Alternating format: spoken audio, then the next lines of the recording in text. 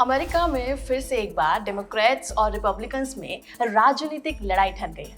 लेकिन इस बार वजह कुछ अलग है। इस बार पॉलिटिकल डेडलॉक की वजह है एक हवाई जहाज, वो भी कोई आम जहाज नहीं है, बल्कि दुनिया का सबसे शानदार और आलीशान बोइंग 747 की 8 सीरीज।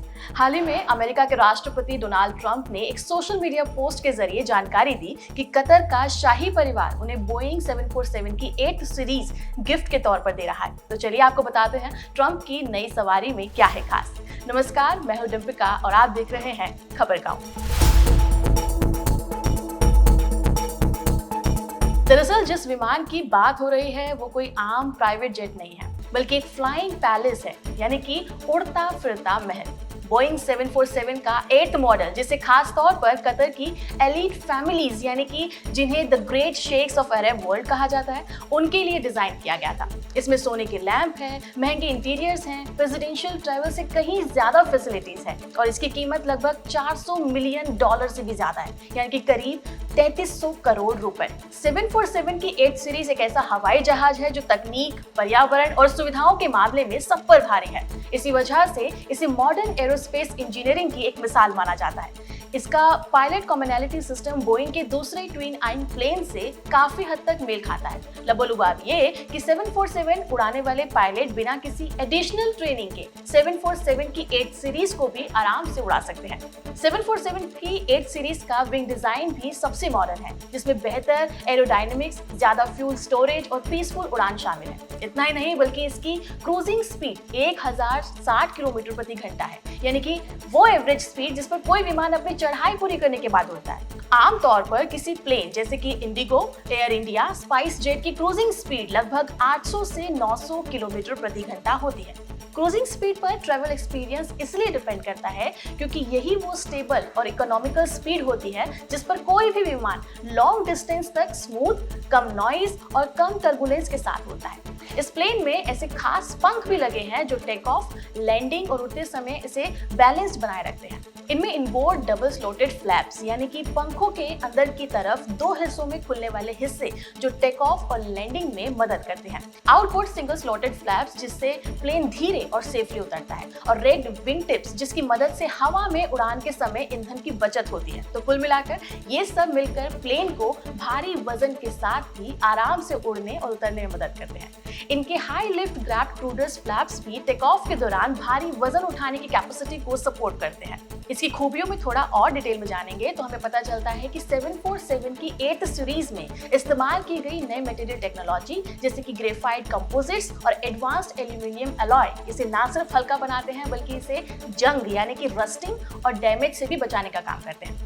इससे इसके रखरखाव की कॉस्ट कम हो जाती है। इसके अलावा जैसे कि मैंने पहले भी बताया कि इसका इंटीरियर बोइंग 787 से इंस्पायर्ड है, जिसमें एलईडी लाइटिंग, बड़े पिवट बिन्स, चौड़ी खिड़कियां, बेहतर हेडरूम और लाइटिंग शामिल है। ये यात्रियों को लंबे उड़ानों के दौरान ज्यादा आराम देने के लिए डिजाइन किया गया है। ऊपरी डेक की बिजनेस क्लास और निचले डेक की फर्स्ट क्लास दोनों ही पैसेंजर्स को प्राइवेसी और लग्जरी का एक्सपीरियंस कराते हैं। साउंड एंड एनवायरनमेंट के मामले में भी ये विमान काफी आगे है। इसमें जो जेनेक्स इंजन लगे हैं वो बोइंग 787 ड्रीम लाइनर जैसे एडवांस प्लेन से लिए गए हैं। ये इतने मॉडर्न और शांत हैं कि लंदन के हेथ्रो जैसे शांत जगहों पर भी एयरपोर्ट पर दिन रात उड़ सकते हैं। इसका इंजन जहरीली गैसें जैसे कि नाइट्रोजन ऑक्साइड बाकी प्लेनों से 52% कम छोड़ता है, जिससे पर्यावरण को नुकसान ना हो, और सस्टेनेबल डेवलपमेंट को भी ये सपोर्ट कर सकता है।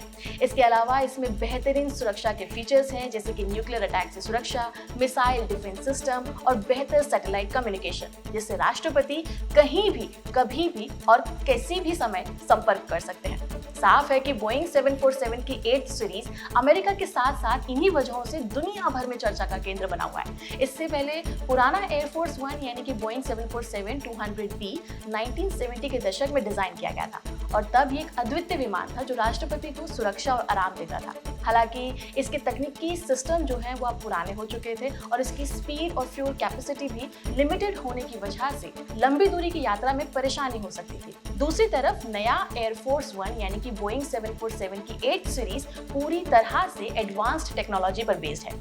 ट्रंप इसे भले ही एक गिफ्ट कह रहे हो, लेकिन तकनीक की भाषा में ये एक स्टेटमेंट है। इसके बारे में कहा तो ये भी जाता है कि ये पुराने एयरफोर्स वन के लिहाज से सबसे ज्यादा उन्नत है और सेफ इतना है कि अगर अमेरिका पर न्यूक्लियर अटैक हो भी जाता है तो ट्रंप आसमान से ही सरकार चला सकते हैं। एक इंटरेस्टिंग बात यहाँ पे मैं आपको बताना चाहूंगी कि ट्रंप के अपने पहले कार्यकाल में बोइंग से 2 नए 747-8S का कॉन्ट्रैक्ट हुआ था, लेकिन डिलीवरी पहले 2024 तक आनी थी और अब वो 2027 से पहले नहीं आएगी। प्रोजेक्ट पर कुल खर्च $5.3 मिलियन पर पहुंच गया था, यानी कि करीब 44,000 करोड़ रुपए। इस देरी और बढ़ते खर्च को देखते हुए ट्रंप का कहना है कि अगर कतर का विमान मुफ्त में मिल रहा है तो ये अमेरिका के टैक्सपेयर्स के लिए फायदे की बात है। लेकिन इस प्रपोजल को लेकर अमेरिका में सियासी बवाल काफी ज्यादा मच चुका है। इससे डेमोक्रेट्स भड़के हुए हैं और एथिक्स की बात हो रही है, साथ ही ट्रांसपेरेंसी पर भी सवाल उठ रहे हैं। लेकिन ट्रंप ने अपने स्टाइल में पलटवार करते हुए कहा कि डेमोक्रेट्स को ये बात हजम नहीं हो रही है कि अमेरिका को एक अरबों डॉलर का विमान मुफ्त में मिल रहा है। दरअसल अमेरिका का कानून कहता है कि कोई भी फॉरेन गवर्नमेंट अगर अमेरिका के राष्ट्रपति को गिफ्ट देती है तो उसे कांग्रेस और एथिक्स कमेटी से क्लियरेंस लेनी होती है, और अगर गिफ्ट की वैल्यू $415 से ज्यादा है तो वो पर्सनल यूज के लिए इस्तेमाल नहीं किया जा सकता। ऑपोजिशन की शिकायत है चूंकि ये प्लेन बाद में ट्रंप की प्रेसिडेंशियल लाइब्रेरी को दे दिया जाएगा तो इसका मतलब ट्रंप के ब्रांड का ये हिस्सा बन जाएगा।